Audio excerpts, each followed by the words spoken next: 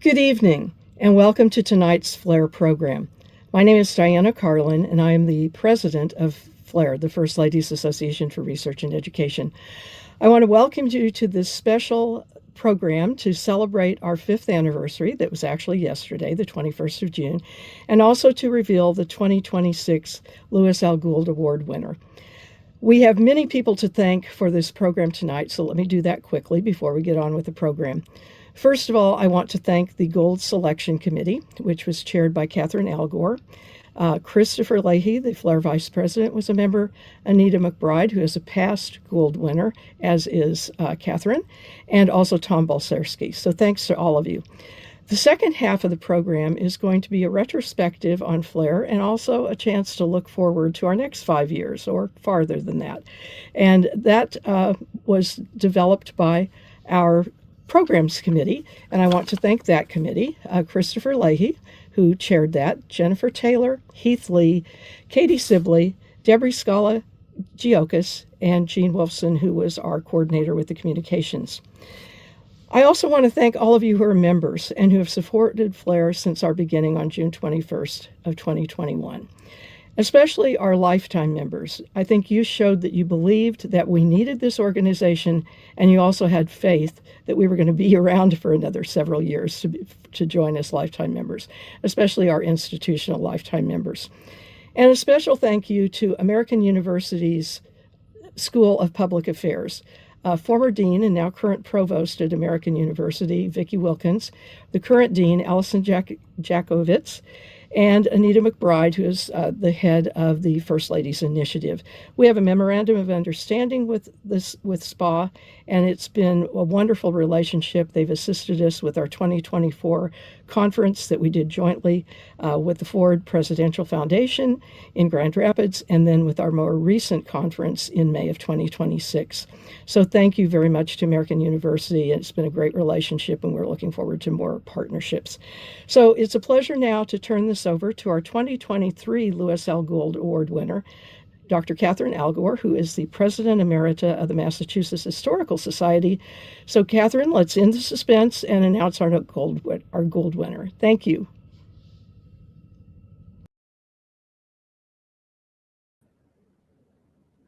Thank you, Diana. Yes, it's a little bit like our own Oscars here. And I just want to add my thanks as well to this year's award committee of Balcerski, Leah, and Anita McBride. I'm very grateful for their efforts and their responsiveness, even across time zones. It is a true honor to present the 2026 Lewis L. Gould Award. Named for the premier scholar of First Ladies, the Gould Award seeks to honor a FLAIR member with a long and distinguished career that includes significant contributions. And this evening, the 2026 Lewis L. Gould Award is presented to Dr. Maureen Beasley. This year's winner is especially fitting for an honor named for Dr. Gould. Maureen Beasley is a professor emerita of the University of Maryland and truly a pioneer in the field of First Ladies studies. As she transitioned from a career in journalism to a career in history as a historian of journalism, Dr. Gould was an early inspiration to her as well as a mentor and supporter. With her PhD from George Washington University, Maureen Beasley joined Dr. Gould in the quest to establish the study of First Ladies in the Academy. In addition to her research and publishing, perhaps Dr. Beasley's greatest legacy lies with her 27 PhD students, 10 of whom won national awards for their work in journalism history, and I suppose not to mention her omnipresence in the footnotes of every serious study of First Ladies, past and present. And now I'd like to turn the program over to another of our founding mothers, Nancy Smith.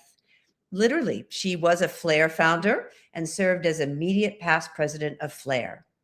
Her career was spent at the National Archives and Records Administration as director of the Presidential Materials Division. With Diana Carlin and Anita B. McBride, Nancy co-authored the first textbook on First Ladies and the newly updated trade book, Remember the First Ladies, the legacy of America's history-making women. Nancy. Thank you, Catherine, for that nice introduction, and congratulations to Maureen. It is a real pleasure to have Maureen get the award, the Gould Award. When the Gould Award was announced, it was not hard for me to think of someone to nominate. Maureen has been in the field for over 40 years, really near 50 years, and is really a pioneer along with Dr. Gould of First Lady Studies. As Catherine said, Maureen started out as a journalist and then switched and became, got her PhD and became an academician, historian at the University of Maryland when women really weren't on the faculty, and Maureen's career has been focused on profiling women, and with the particular focus on first ladies and their participation in journalism. She has done incredible work on first ladies, particularly Eleanor Roosevelt, who interestingly enough considered herself a journalist. And she focused, she did several books on Eleanor, including Eleanor Roosevelt, the Transformative First Lady, and the Eleanor Roosevelt Encyclopedia, which she co-authored with one of our other Flair Gould Award winners, Holly Schulman. She published journal articles on First Ladies and the press, including Lou Henry Hoover, Eleanor Roosevelt, Bess Truman, and Mamie Eisenhower. Maureen has received so many journalism awards, so it is really nice and fitting that she received Flair's Gould Award for all the work she has done. And actually, I want to note that this is the first time, and this is an indication of Flair's interdisciplinary nature, that the Gould Award has been given to a journalist historian. I am so appreciative, as is everyone in First Lady Studies, of Maureen's excellent work, which, as Catherine said, is demonstrated by the fact that you really can't read a book on First Lady Studies and not have Maureen cited. Thank you, Maureen, for your long and wonderful career in showing the importance and the impact and the legacy of U.S. First Ladies. And now I would like to introduce Holly Schulman, to talk about Maureen. Holly is a research historian at the University of Virginia, and Holly has done groundbreaking work. She did the digital Dolly Madison edition, which is just an incredible project that digitizes all of Dolly Madison's known correspondence and is text searchable. She is an expert on Dolly Madison and has written a book on Dolly Madison, and she lectures on Dolly Madison. And I am going to turn it over to Holly now. Hi, I'm Holly. And if you guys don't mind, I actually wrote something out. So it will be a little less impromptu, but maybe a little more precise. So I want to start with the fact that the history of Eleanor Roosevelt would not be the same without the work of Maureen Beasley, nor would the history of First Ladies, nor would the history of women journalists, nor would the University of Maryland Merrill College of Journalism, where she was both a professor and a graduate director. She's a specialist in women and the media, and in Eleanor Roosevelt, and in First Ladies. She's worked hard for many years, and in the process forged a path that has left all of us interested in these areas far richer than we would ever have been without her. But I would like especially to dwell on the Eleanor Roosevelt Encyclopedia, which encompasses 200 entries on politics, civil rights, women's rights, diplomacy, international relations, and on Eleanor Roosevelt herself, both her private and her public self. To be personal. It was sometime in the early 1990s, correct me, Maureen, if I'm wrong, but as I remember, it was some point in the early 1990s that I got a phone call, or maybe it was an email from Maureen asking me if I would have lunch at a local Northwest Washington restaurant called Bread and Chocolate. She came with her daughter, and after working our way partially through a lovely lunch, she told me that Greenwood Press had asked her to do the work to create an encyclopedia on the life, politics, and letters of Eleanor Roosevelt. She wanted to do it, but she reasoned that she would need a collaborator. And knowing me a bit from the University of Maryland, she asked me if I would join her on this project.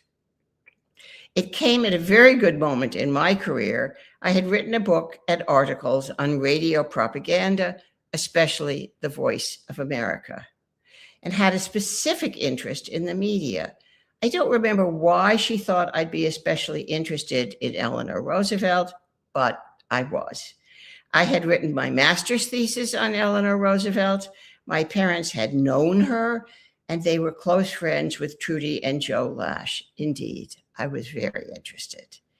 Maureen organized it all. The project turned out to be more difficult and more interesting than I would ever have suspected.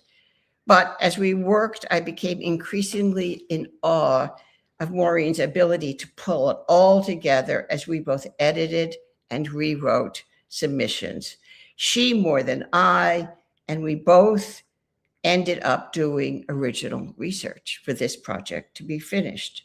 It was on a trip to Hyde Park that we not only pulled out more information on Roosevelt than we had anticipated, but that Bill Clinton had just been accused of sexual abuse. I don't know, Maureen, if you remember that. It was an adventure, and at some point in the process, Maureen also persuaded her husband, Hank, to work with us, which was an enormous asset, especially in financial areas. I would like to end these few words with an encomium, with praise and admiration. Maureen Beasley is a wonderful historian, a pathbreaker, a fabulous researcher, and a wonderful friend and colleague. I would like to end with a few, in conclusion, it is my great honor to present the Lou Gould Award to Maureen Beasley, which says, awarded to Maureen Beasley in recognition of her path-breaking career as a journalist, teacher, and historian of First Ladies, in keeping with Dr. Gould's pioneering work in promoting the importance of American First Ladies and their legacies. Congratulations, Maureen. Oh, thank you, Holly, so much. I'm overcome with all these kind words that people are saying. I'm sure I don't deserve all this praise by any means, but I'm thrilled to get the award, and I'm so happy that that you are saying such nice words. It makes me feel very good. I want to thank the committee that put forth my name, including Nancy Smith, Catherine Alcor, and of course, Holly, my old friend and collaborator. I'm truly overwhelmed, and thank you so much. It means a great deal that the award is named for Professor Louis Gould, whose inspiration has drawn so many of us to the field of First Lady studies. I met him in 1981 when he spoke at one of the first conferences of the American Journalism Historians Association. His stature as a professor in the history department of the University of Texas, a renowned institution, put an academic seal of approval on research to point out the important roles played by First Ladies in the political and social culture of the United States. It was a time that we sorely needed a seal of approval. It was a time when first ladies, like many other women in American history, were not considered worthy of serious scholarship. In my own case, as a first woman, a token woman for many years, in a journalism college, I was advised by a former dean of another journalism school to stop wasting my time by studying first ladies if I wanted to get tenure. How reassuring to have Professor Gould open the door to a vision of American political history that saw first ladies as an integral part, not just a brief footnote. Professor Gould, in many ways, gave me the confidence to pursue my own interest in first ladies in the news media. Hopeful, prayerful indeed, that I could add a bit of significant knowledge to study of women's roles in our nation's history. Dr. Gould was kind enough to write a letter on my behalf when I came up for tenure, which fortunately I did get. I also want to pay tribute to another man who was very helpful to the cause of women's history. That was Dr. William Emerson, head of the FDR Library and Museum at Hyde Park in the 1970s. I met him when I first visited the library seeking material on Eleanor Roosevelt's press conferences. The library had almost none. Dr. Emerson explained that Eleanor Roosevelt's papers, unlike those of Franklin D. Roosevelt, originally had not been professionally archived. Instead, Mrs. Roosevelt herself had had to hire students at nearby Vassar College to file her papers. This had resulted in a hit or miss approach that archivists struggled to overcome for years, making it initially difficult for scholars to research the depths of Eleanor Roosevelt's career. Dr. Emerson also told me frankly that most historians who came to the library were male and not looking for research material on women. In fact, they thought it was inconsequential. For instance, he said, valuable confidential reports for the Roosevelt administration on the economic woes of the Great Depression that were written by Mrs. Roosevelt's intimate friend, Lorena Hickok, had never been published. He said that was simply because they were written by a woman, in his opinion, which I'm sure was valid. I immediately asked a well-regarded male historian, Richard Lowett, who was doing research at the library at the time, if he would co-edit the reports with me, because I knew I needed a male collaborator. We published them in 1981 under the title, 1/3 of the Nation, Lorena Hickok Reports the Great Depression. Since then, there have been other editions of this book, and the material has been footnoted in quite a few articles and books on the Roosevelt administration. They were valuable reports, truly. Since Eleanor Roosevelt was responsible for Hickok's employment and received her reports along with administration officials, I offer this as an example of early First Lady studies that helped move the field beyond descriptions of gowns and greeting White House visitors. In conclusion, how meaningful it is to have Flair celebrating its 5th birthday as an organization to foster connections between scholars and others interested in serious studies of First Ladies. First Ladies, both to me, represent and do not represent American women at various periods of history, but they certainly are worthy of study, and they tell us much more about ourselves as Americans. Thank you again for the kind words and for the Gould Award. I truly cherish it.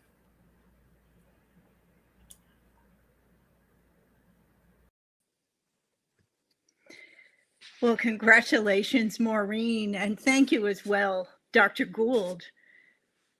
I'm Jody Natale, a founder of Flair, and your moderator for the next portion of our program tonight, which is a retrospective panel on the creation in the first 5 years of the First Ladies Association for Research and Education. With me tonight are the 5 other founding members, including Myra Gooden, Nancy Keegan Smith, Anita McBride, Diana Carlin, and Katie Sibley. Our other founder, Molly Wertheimer, passed away last August, but her imprint and her wise counsel are with us every day, and we miss her. Let me take a moment to remind our viewing audience of the important antecedents of Flair. Nancy studied with Lou Gould at the University of Texas, and she later wrote the influential Modern First Ladies, their documentary history, and she's our inside connection to the National Archives and helps us answer all of our technical questions. Myra attended the 1984 First Ladies Conference at the Ford Library, and her book, The President's Partner, influenced almost every academic since interested in First Ladies. Anita McBride served as the chief of staff of Laura Bush, and then started the First Ladies Initiative at American University, as you heard, our academic alliance. And Molly started the First Ladies listserv in the early 1990s as she was preparing her anthology, Inventing a Voice. And she kept the listserv going right up until she passed away last year as a central point of communication among the many scholars and practitioners who were looking for an academic community. So I invite everyone to go to the Flair website and read our monograph, The Founding of First Ladies Studies, and especially the essay that Katie wrote about the historical development of the field, which would provide a larger context in which to understand Flair. But tonight, our panel celebrates our 5th birthday by taking a look at how Flair was created, our attention to scholarship, and our achievements. So I'd like to begin with you, Myra. You were our first president of Flair, and I have several interrelated questions for you to address. So, how long had you wanted to create an organization like Flair, and why did you think it was necessary? Why did it happen in 2021? Well, thank you, Jody. In 1978, I had proposed my dissertation topic at the University of Michigan. Now, my field was communication, so I had decided that I wanted to write about 11 First Ladies and their communication styles. For the most part, my committee was supportive, except for one male professor from history who was on the committee, who said to me, and I quote, "Why would you write about or study them?" I explained that American First Ladies were a potential treasure trove of information, with information about women, leadership, the presidency, and the White House. I don't know if that man ever really supported me, but they let me go forward. I received my degree in 1983, and a few months later, I learned about a conference that was going to be held in Grand Rapids, Michigan, that had been called by Betty Ford, and it was going to discuss First Ladies, both private and public. I was encouraged to go. I went, and that conference changed my life. And if I had to pinpoint a moment particularly that changed my life, it was listening to the keynote address that was given by Dr. Lou Gould. I realized early on, as I started in my professional career, that it was difficult to publish my research. It seemed that I couldn't get published anywhere. People in history told me I didn't belong there. People in political science said the same, and the same for American studies. I was turned down by all of them. I was told that my work didn't fit their rubric. By the early 1990s, and I taught my inaugural First Ladies course at Rider University in 1990, I was aware that there were others who were also studying First Ladies, and I began to think that we needed an organization where we would be able to develop agency so that we'd be able to share our work with the public and with all of these different disciplines.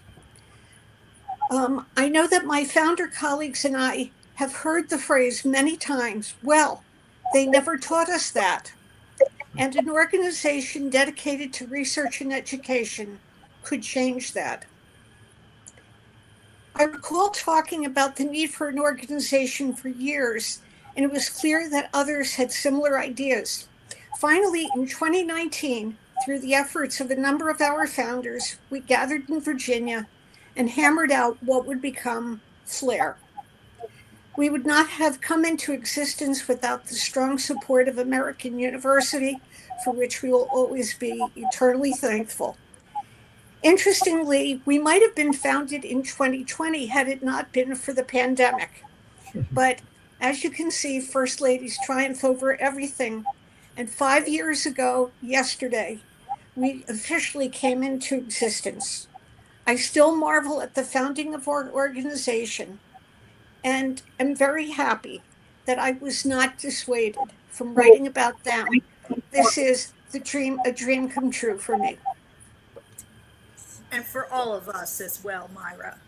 Well, along our continued discussion here about creating our organization, I'd like to turn to Anita and ask Anita, well, when did you think that creating FLAIR would be a reality? And was it a realistic goal? I thought that FLAIR would become a reality after having had a very successful meeting with the Dean of the School of Public Affairs at American University, Vicki Wilkins. Nancy Smith and I had gone in to meet with her and brought a proposal of what an affiliation or a collaboration between FLAIR and American University could look like. Vicki did not hesitate for a moment. She loved the idea, saw the value, and told us that she would help make it happen. And she did. It was an auspicious start to a 5-year journey of collaborating with the university and seeing how we have grown with partnerships with so many other institutions and organizations, all devoted to the same topic of promoting the stories and the legacies and the importance of talking about and researching First Ladies of the United States. So it is a reality, and that first meeting over 5.5 years ago really was the start that told me we're on a great path. Well, our viewing audience, but Nancy, can you tell us a little bit about what some of the biggest challenges were that we faced in creating and developing FLAIR? How did we meet those challenges and overcome some of these obstacles? It was a formidable task, and I think it was incredible that we had 7 founders that had the vision. We came from very different backgrounds, and that is, we cannot thank Molly enough for pulling us together with her listserv. She pulled communications people, she pulled people in the historical world, she pulled people in the government world, she pulled Anita, First Lady expert, and she pulled us all together, and we joined on the idea of an association. And then it was, okay, we have this idea. How are we going to make it happen? Myra is right that we met in Alexandria, Virginia, in Old Town, which is where I live. And I think it's important to know that in Duval's Tavern, which George Washington actually attended, and for all we know, Martha could have attended. So that's where we met. We formed a joint idea to create a scholarly association devoted to research, education, and promotion of the impact and legacy of U.S. First Ladies. And then we actually hashed out a mission and a vision, which we all agreed to. It was really amazing this occurred in about a day and a half. And we had these long meetings. And then we needed to get money. And that an important academic affiliation. And Anita was extremely helpful with American University School of Public Affairs, which we all jointly agreed was the appropriate place, because to this day, it is the only university that has an initiative devoted to First Ladies. And fortunately, Anita headed up that initiative. And as Anita said, we met with Vicki Wilkins, and Anita and I had this whole program planned. And in about 2 minutes of talking, Vicki said yes. And we're sort of talking, going on and talking some more. And Vicki said, I said yes. And Anita and I looked at her and said, yes. And Vicki said, yes, I'm in. We can go on with, how much seed money you think you need.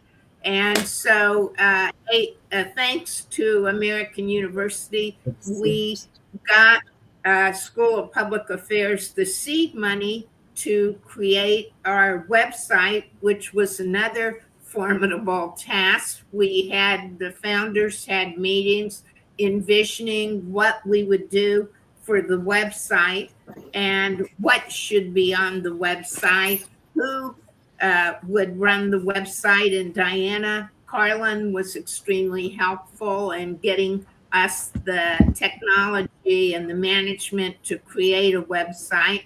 And then we also need to focus on getting members. And so we created a huge list, went out to people to get lifetime members, institutional members, incentives for those members, and to push Flair out to a wider audience. So those were some of the tasks that we had to do in the very beginning. Not all of them, but some of the main ones.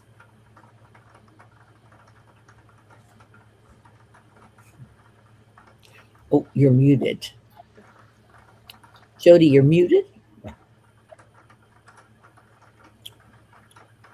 Jody, you're muted. Yes. Oh, we're having some tech issues on my Sorry. microphone here. I'm back with everybody, though. Thanks, Nancy. Yeah, it wasn't exactly a walk in the park. There were many moving parts that had to be ironed out. And so that brings me to a question that I'll give to Diana. How did you envision Flair looking the way it does today, or operating the way it does today, when you founded it? When we founded Flair 5 years ago, the founders were hopeful that we would have a robust programming, that we would be able to have a conference, that we would have a journal, that we would have a membership that was actively engaged and was involved in research, in public education, in a variety of activities that helped the public, helped our students, helped the scholarly community understand the role of First Ladies in our history and in our society. And I believe that we've accomplished all of that. If you look back at all of the programs we've had, we've covered so many of the First Ladies in those programs. We've had such a diverse set of presenters. That was one of our other goals, was we really wanted to bring together all of the people from a very diverse set of backgrounds. Scholars who represent history, communication studies, journalism, American studies, women's studies, those who work in archives, those who are at institutions such as the National Archives, our presidential libraries, presidential sites, First Lady sites, and individuals who are biographers, who are public historians. I mean, we have such a journalists, we have such a vast number of people with such different perspectives on First Ladies. And we were able to do that. And our programming, I think, shows that. Both our virtual programs, and American Flotus, which has just been a wonderful addition to what Flair is doing. So I think everything that we were hopeful for, especially with the launch of the journal a few months ago, we've accomplished that, but we realize there's far more to do. So we'll talk about that later. I think that one of the things that's becoming clear to our viewing audience is the idea that Flair members approach the study of First Ladies from an academic viewpoint, whether you're a practitioner or whether you're a university lecturer or whether you're even a journalist. And it always makes me proud of Jacqueline Kennedy when she renovated the White House and she said, it's a matter of scholarship. And Flair members approach things with a matter of scholarship. And I think that's what makes us unique in a certain aspect. And so I'd like to ask Katie a question about how scholarly studies of First Ladies has actually changed since Flair began operating, and the kinds of trends that you might see out there that are encouraging. And as we are trying to mentor younger scholars to come through the ranks, what kind of advice would you give to younger scholars today? Oh, thank you so much, Jody. It's such a treat to be part of this gathering tonight and to talk about our history, which really is not very old, right? We're talking about 5 years, but I want to show you some books that show how things have changed. Before I do that, though, I want to hold up this old volume, which several people on this call were in, including Maureen, by the way, who wrote about, of course, Eleanor Roosevelt here. So you can see I use it often. And that was 2016. Okay, that was 10 years ago. And so that's why Michelle Obama was, excuse me, the last First Lady in there. Since then, of course, you heard 2019, we were first talking about this and meeting at the wonderful tavern. And 2 years later, we were officially founded. So this is very, very recent, but things have incredibly swiftly happened. Now, I imagine some of these books might have been in the pipeline before, 2021 when we began. But I want to just hold up some of these books, right? Can you see this? Because it looks backward to me. You can read it. Okay. So this is Untold Power by Rebecca Roberts. I'm just holding these up, not in any particular order, just to show you the wide range of books that are coming out. The Mysterious Mrs. Nixon, which of course is Heath Hardage Lee's book. We have a brand new book about Laura Bush, who hasn't had a lot of scholarship done on her either, just like Pat Nixon. Texas Roots Global Impact by Jill Abraham Hummer. And other members and workers in the field have done this wonderful compendium to First Ladies, the Cambridge Companion. And of course, let us not forget U.S. First Ladies, which also has a trade volume. So these are just some of the books that have been coming out. I mean, this is just so exciting. And some of them are published by university presses like the Laura Bush. Many of them, though, are with trade publications. And I think that's particularly significant because that shows the breadth of interest in the public, right? The appetite for this. And finally, right, we're seeing, and I don't mean to leave out other people, Karen Tumulty's book on Nancy Reagan, for instance. There have been new books. Jan Jarboe Russell wrote about Lady Bird. There's a number of books, but these are really exciting, I think, developments that we're seeing that are going on right now in our field. So that's to kind of answer the first part of your question. But I need to mention that there are new books coming out, including all these people I've just mentioned. Well, except I guess for the companion here, they're all about 20th century First Ladies, right? But let's not forget the 19th century.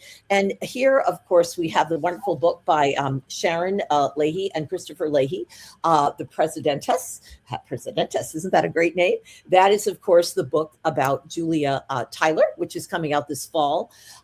And not to be self-aggrandizing, but I'm part of another book about Ohio First Ladies that's also coming out this fall with Catherine Jellison editing that. So there are a really exciting number of new books coming out and articles. So you heard mentioned earlier by Diana that we have a journal now, and that's something, of course, that Christopher Leahy is editing. And in the most recent issue, our first issue, we're so excited about this. We had 2 articles about Mamie Eisenhower. Again, she is an often overlooked First Lady. Shall we all agree on that? And these articles looked not only at her, the profile of her at the library, which is kind of interestingly, she's being uplifted and shown more visibly at the museum. but also the wonderful article there also by Sharon about her colors, the pink and the colors and the significance of how Mamie entered popular culture, which I think again is often overlooked or minimized or caricatured. And this has really been a theme, right? So just want to step back for a second. All of these books might make you think, oh, of course, this field is just thriving, as it is. Let's not forget what we've had to deal with, right? What we've had to deal with, which is the caricaturing of our field, the minimizing of our field, the idea that, you know, first ladies are not important. And this is what's really changing, which I'm so excited about. And along with the books, we want to think as well about, and the journal, we want to think about the East Wing magazine, which is brand new, a couple, 3 years old now. It's a Substack magazine that has been key. Jennifer Taylor has been editing that raising the profile of first ladies. Lots of people are reading it, covering all kinds of angles. So I would have to tell you that we are in a really, really exciting place right now. And I also wanted to talk a little bit about the young scholars, and maybe not so young, who are first getting into this field now, and I encourage all of them. And I think that they might want to think about first ladies who have not been as well addressed. For instance, I mean, when's the last time you read a book about Barbara Bush or Ellen Wilson? I mean, there are people who have been completely overlooked, not to mention the whole 19th century, except for Julia Tyler. We have a lot of, and I know that, for instance, Diana, who you saw earlier, is working on a book about, Julia, yeah. Grant, of course. So we have a lot of really exciting work coming out and more to come. And I encourage people to embrace this field because I believe that unfortunately, some of the mainstream historical organizations don't quite get it yet. So keep it on, keep it out, bring them out, and we will see, I think, more and more actions in this field and more interesting scholarship to come. And I would love to help anyone who's interested. Please jump in, and we're happy to mentor you. Thank you. Well, thanks, Katie. You highlight the visibility, the range of topics, the depth of study. But I've got a question for Diana, and that is, how do you think Flair has helped to legitimize the study of first ladies? As Maureen and others have noted over the years, it was difficult for us to get our research into scholarly publications. I think people thought that, a little like the women at Wellesley, who originally did not want Barbara Bush to give her famous commencement address, that these women were just adjuncts to their husbands, that the only reason they were important was that they married well. And I think if you really look at some of these presidential couples, it was the men who married well, and they probably wouldn't have even been in the office if it hadn't been for the women. And so, you know, what we were able to do to legitimize the scholarly pursuit of First Lady studies was to find ways that we could get our members out to a variety of associations.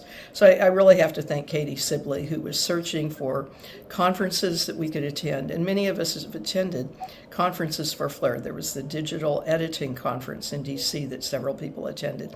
The Organization of American Historians. Also, we went to a Southern History Conference, and there have been several others that we've attended, National Communication Association conferences. So we've been able to get people out in front to show that we have serious scholarship. The books that we're publishing, and once again, I'm very grateful for the University Press of Kansas because they understood from early on with Lewis Gould that this was a legitimate area of study. And they've continued to publish books in their First Ladies series and have started a second one. And so the journal was a huge breakthrough in that we have a peer-reviewed journal now. And you can see the depth and the breadth of the research that our scholarly members are doing. So I'm very pleased that we've accomplished that piece of the goal. Well, taking a moment to extend some of Diana's comments, one of the great strengths of Flair is our interdisciplinarity, and we draw membership from a wide range of professional people who are archivists, journalists, historians, communication scholars, you name it, we draw it, and especially are interested in graduate students, K through 12 teachers. And one of the things I think that makes us unique as an organization is the way in which we stress the importance of that interdisciplinarity. When you talk about research and education of first ladies, I like to think about it as the holistic approach to both the academic and the lay public, that we would like to make a space for everyone, because the first lady effect, or the FLOTUS effect, is out there. We all love first ladies. And when you mention first ladies, I don't care if you're talking to your neighbor or to your colleague down the hall, people love first ladies. They just don't know about them. And how we can get people to know about them requires an interdisciplinary effort. And so I think it's important to keep in mind that Flair provides a community that allows us to cooperate, to form alliances, and to bounce ideas off of each other as we engage the work that we do targeted toward the research and the education of the legacies of first ladies. And so I'm so proud of 5 years of the development of that kind of interdisciplinary scholarship. And I think you'll all agree with me that that is one of our strengths as an organization. So we've really achieved a lot, I know, haven't we? And I'd like to turn our attention now to that achievement and ask Nancy and Myra, and it doesn't matter which one of you addresses this question first, but if you were to look back over the last 5 years, what would you say are Flair's proudest accomplishments? If it's okay, I'll start. Say we, as several people have said, our founding meeting in 2019, going live with the wonderful interview between Flair founder and director of the First Ladies Initiative, Anita, with Andrea Mitchell, which was broadcast, the start of Flair programming and awarding the Gould Award to Dr. Lewis Gould in July of 2001, the first regional conference of the National Communications Association in April of 2024, and our first Flair National Conference at the Ford Museum, which was co-sponsored with the Gerald R. Ford Presidential Museum, Library, and Foundation, and American University School of Public Affairs, the National Archives, and Flair, and opened with a luncheon that Flair co-sponsored with the then First Lady, Dr. Jill Biden, making remarks on the healthcare initiative. She actually brought a doctor to make remarks, and then 2 Flair panels, and one of which I'd like to highlight was on the 1984 conference that Myra went to, that Betty Ford and Rosalind Carter convened at the Ford Museum, which was the first conference ever to focus on the importance of a First Lady without looking at her importance in terms of her husband.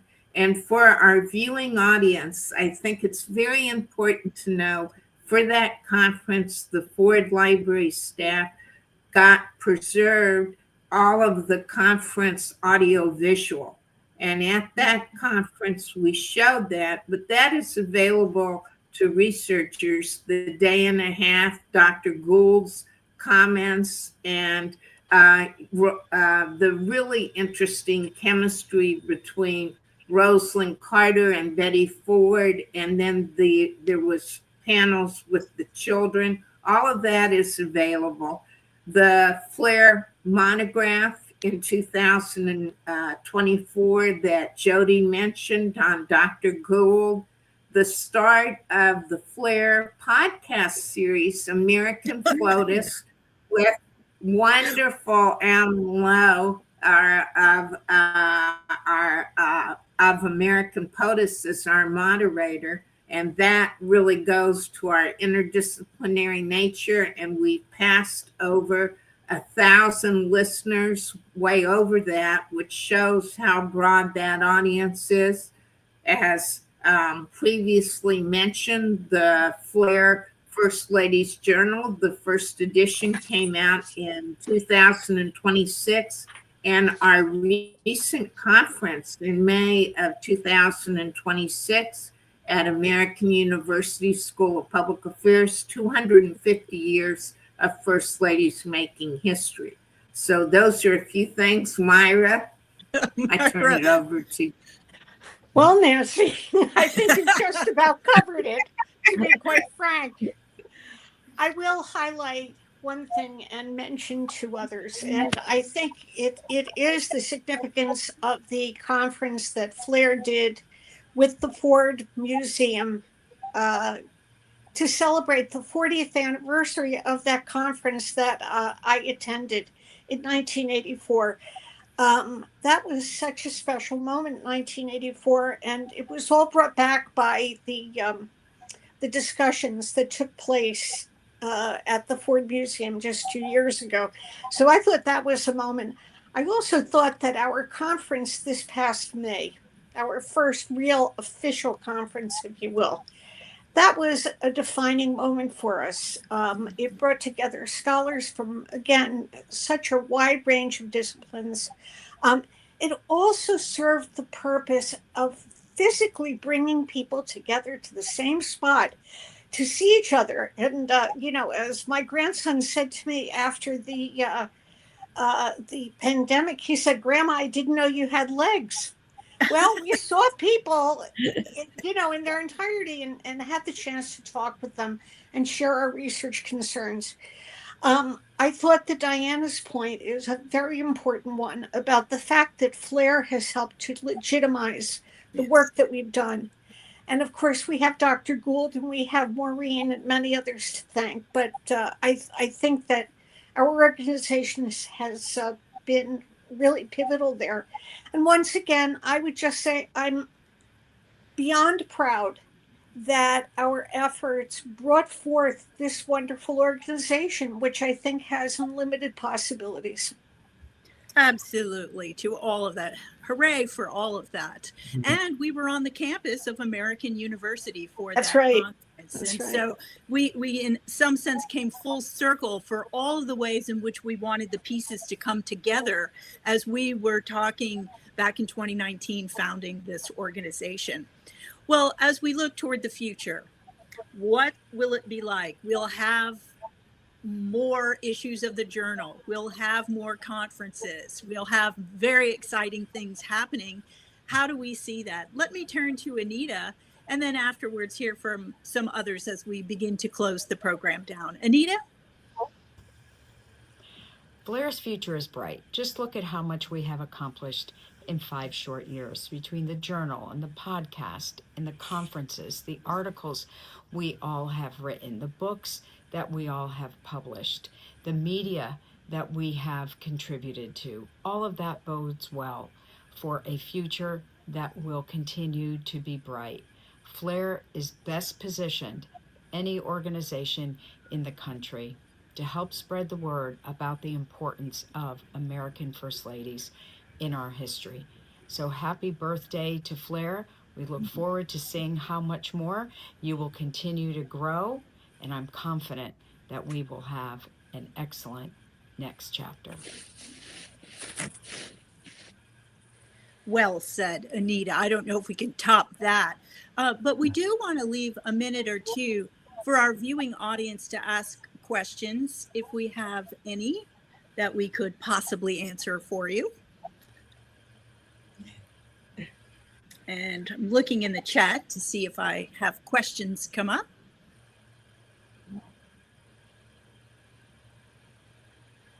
I'm not seeing any. Well, I have a surprise for us as we begin to wind down. And as I'm thanking our tech crew, Sharon Leahy and Abby Blakert, for their great work today, I'd like to light the birthday candle and say happy birthday to Flair. And we want everyone to enjoy their glass of wine or their soft drink or their piece of birthday cake as we celebrate Flair. And we have a wonderful slideshow for you to take a look at as we wind down. We want to remind you that we have a social hour coming up on July 8th, and I have enjoyed talking to everyone. Congratulations again, Maureen. We're an exciting organization with so much promise for the future.